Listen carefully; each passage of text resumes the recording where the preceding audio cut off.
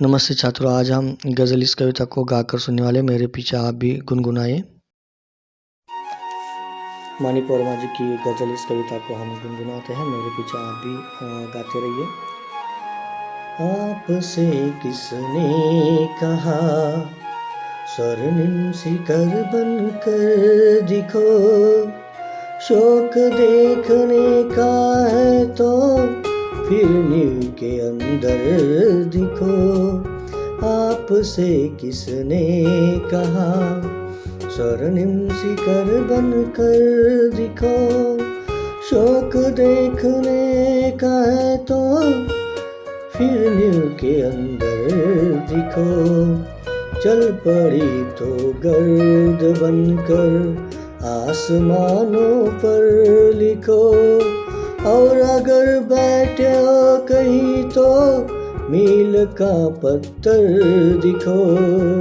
चल पड़ी तो गर्द बनकर आसमानों पर लिखो, और अगर बैठो कहीं तो मील का पत्थर दिखो। सिर्फ देखने के लिए दिखना कोई दिखाना नहीं, आदमी हो तुम अगर तो आदमी बनकर दिखो।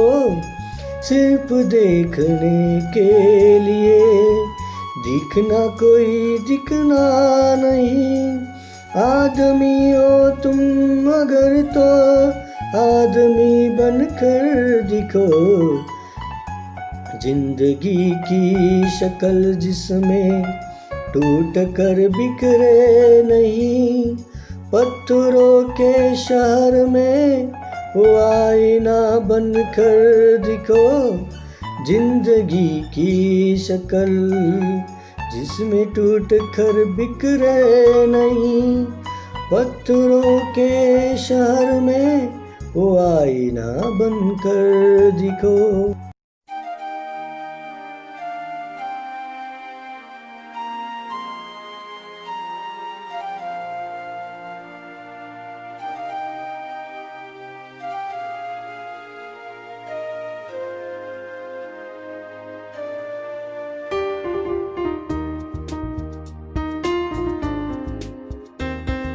आपको महसूस होगी तब हर एक दिल की जलन, जब किसी धागे सा जल कर मोम के भीतर दिखो।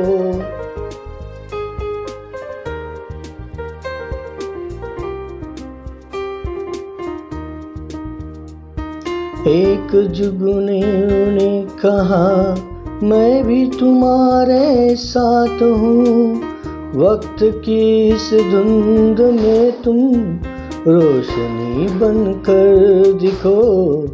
एक जुगनू ने कहा। एक मर्यादा बनी है हम सभी के वास्ते, गर तुम्हें बनना है मोती सीप के अंदर दिखो।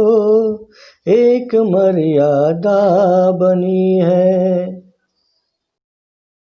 डर जाए फूल बनने से कोई नाजुक कली, तुम न खिलते फूल पर तितली के टूटे पर दिखो।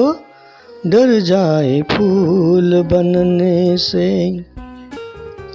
कोई ऐसी शक्ल तो मुझको दिखे इस भीड़ में, मैं जिसे देखूं उसी में तुम मुझे अक्सर दिखो। कोई ऐसी शक्ल तो। धन्यवाद छात्रों, आपको ज़रूर पसंद आया होगा। कुछ नया करने की कोशिश की है। पसंद आया है तो लाइक और सब्सक्राइब ज़रूर कीजिए और मुझसे जुड़े रहिए। अभी हम पद्य का विश्लेषण पदों के अर्थ के अनुसार देखने वाले हैं, तो बनी रहिए, जुड़े रहिए और पदों का अर्थ आप जानिए। कविता का सरल अर्थ। किसी भी अट्टालिका के चमचमाते शिखरों को सभी देखते हैं, यानी कि ऊंचे ऊंचे शिखरों का हम देखते हैं उनकी शान की प्रशंसा भी करते हैं, उसकी ऊंचाई के बारे में हम तारीफ़ करते हैं। वैसे ही लोग समाज में भी होते हैं कि ऊंचाई पर रहने वाले लोगों को आदर सम्मान देते रहते हैं, उनकी तारीफ़ करते रहते हैं। वास्तव में देखा जाए तो इन शिखरों से अधिक महत्व है उन ईंटों पर है जिन पत्थरों के कारण जिनके कारण ये शिखर बन सकें। यदि नींव के ईंटें गुमनामी के अंधेरे में रहना स्वीकार न किया होता तो इस शिखरों का अस्तित्व ही न होता। तो वैसे ही दोस्तों, समाज के लिए कुछ करना चाहते हैं तो प्रशंसा और वाहवाही के लोभ को त्याग कर नींव की ईंटों के समान अच्छा और सफल कार्य हमको करते रहना चाहिए, क्योंकि ऊपरी दिखावा करने से कुछ नहीं होता है, अंदरूनी कार्य महत्वपूर्ण है। दूसरा पद है, चल पड़ी तो गर्द बनकर आसमानों पर लिखो, और अगर बैठो कहीं तो मील का पत्थर लिखो। कवि का कहना है, यदि आप मंजिल की ओर बढ़ते जाते हैं तो आपने अपने अच्छे कर्मों को आसमान तक छाएते रहना चाहिए। जैसे आंधी आने पर पृथ्वी के आकाश तक धूल ही धूल हमें दिखाई देती है, आसमान में धूल बिखर जाती है। अर्थात इसका कहने का अर्थ है कि आपने अच्छे किए हुए कार्य के कारण, उसके प्रभाव के कारण लोगों में चर्चा हर तरफ होती रहती है। और यदि आप मंजिल की ओर बढ़ते हुए मार्ग में कहीं बैठ जाते हैं या कभी हम पूरी मंजिल पूर्ण नहीं कर पाते हैं तो मील के पत्थर के समान बनो।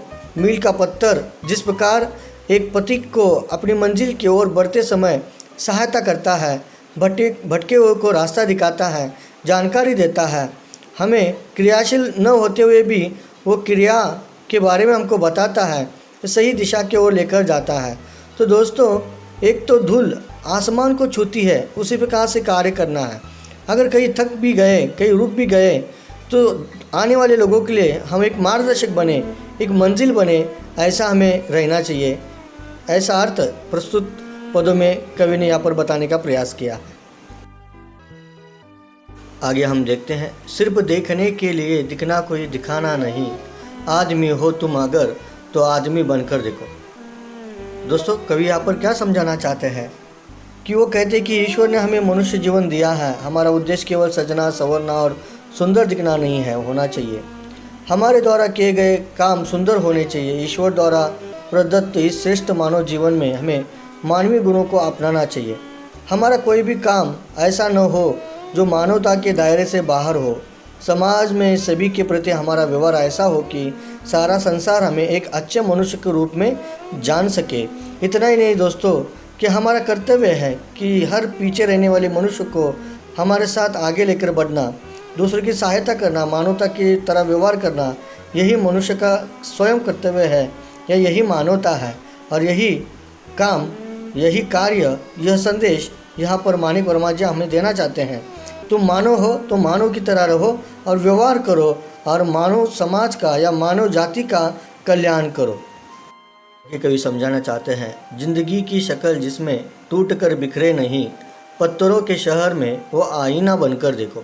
दोस्तों, कहने का अर्थ क्या है? हमें ऐसी शख्सियत बनना चाहिए, हमें एक ऐसा व्यक्ति बनना चाहिए कि कैसी भी प्रतिकूल परिस्थिति में क्यों ना हो, कितनी भी जीवन में कठिनाई क्यों ना हो, समस्याएं क्यों ना हो, हमें विचलित नहीं होना चाहिए। बिना टूटे, बिना बिखरे हर परिस्थिति में डटकर सामना करना चाहिए। हमें अपने लक्ष्य को प्राप्त करने के लिए जीवन में आगे बढ़ता रहना चाहिए।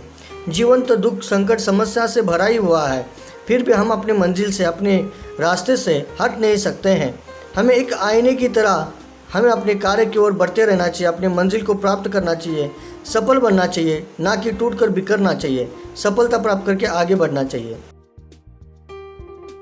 अगले पद में कवि यहाँ पर समझाना चाहते हैं, आपको महसूस होगी तब हर एक दिल की जलन, जब किसी धागे सा जलकर मोम के भीतर दिखो। दोस्तों, बहुत सुंदर ऐसा पद कवि ने यहाँ पर दिया है। हमें प्रत्येक मानव से सहानुभूति रखनी चाहिए। यह तभी संभव हो सकेगा जब हम उनके हर एक दुखों को, तकलीफ़ों को समझ सकेंगे। जिस प्रकार से उन्होंने एक उदाहरण दिया है कि एक मोमबत्ती का धागा सदा जलकर दूसरों को रोशनी देता है, स्वयं जलता है लेकिन दूसरों के जीवन में रोशनी लाता है। उसी प्रकार से हमें दीन दुखियों की, पीड़ित लोगों के समझेंगे, उनके दुखों को दूर करेंगे और हो सके तो उनके जीवन में थोड़ी खुशियाँ ला देंगे तो वो मानव धर्म पूरा हो सकेगा। ऐसा कवि हमें कहना चाहते हैं। आगे हमें कवि कहना चाहते हैं, एक जुगनू ने कहा मैं भी तुम्हारे साथ हूँ, वक्त की इस धुन में तुम रोशनी बनकर देखो। दोस्तों, सचमुच में सृष्टि का छोटा सा जीव हम एक संदेश देकर जाता है। जब वक्त हमारा साथ न दे रहा हो, हर तरफ असफलताएं धुंध के समान छाई हो, निराश रूपी अंधकार का साम्राज्य हो, ऐसे समय में एक छोटी सी आशा की किरण भी हमें बहुत बड़ा सहारा बन सकती है। ठीक उसी प्रकार से जैसे घने अंधकार में चमकता हुआ जुगनू हमें एक रोशनी दिखा देता है, यानी कि निराशा हताश लोगों के मन में आशा की किरण जगाना चाहिए। ऐसा यहाँ पर कवि समझाना चाहते हैं, क्योंकि दुनिया में बहुत सारे दुखी पीड़ित लोगों की संख्या ज़्यादा है और ऐसे लोगों के जीवन में हम एक छोटी सी आशा भरी रोशनी निर्माण करनी चाहिए, जिसके द्वारा वो भी तेजस्वी बने और अपने जीवन में आगे बढ़ सके। ऐसा सुंदर संदेश कवि ने यहाँ पर देने का प्रयास किया है। दोस्तों, कवि आगे कहना चाहते हैं, एक मर्यादा बनी है हम सभी के वास्ते, अगर तुम्हें बनना है मोती सीप के अंदर देखो। दोस्तों, संसार में कोई भी ऐसी जगह हमें को दिखाई नहीं देगी जहाँ की सीमाएं नहीं है या मर्यादा नहीं है। सभी मनुष्य के लिए समाज में रहने के लिए कुछ ना कुछ तो सीमाएं होती है, बंधन होते हैं, कर्तव्य होते हैं, जिनका हमें पालन करना होता है।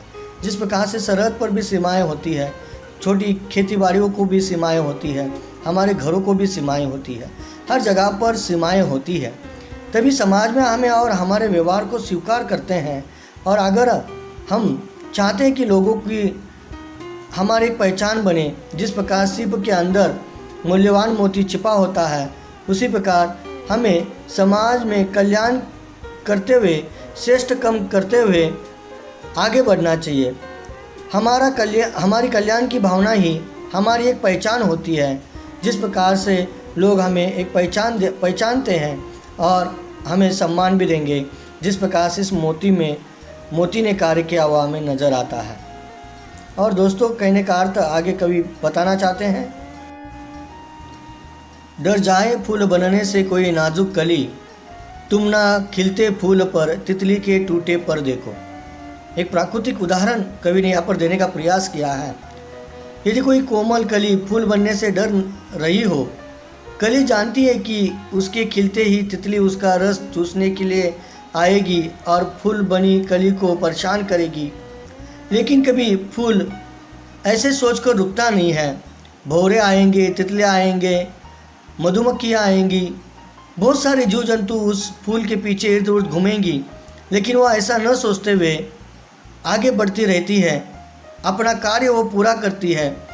फूल को तितली से बचाने का प्रयास करना चाहिए, अर्थात उसके डर को दूर करने में उसकी मदद करनी चाहिए।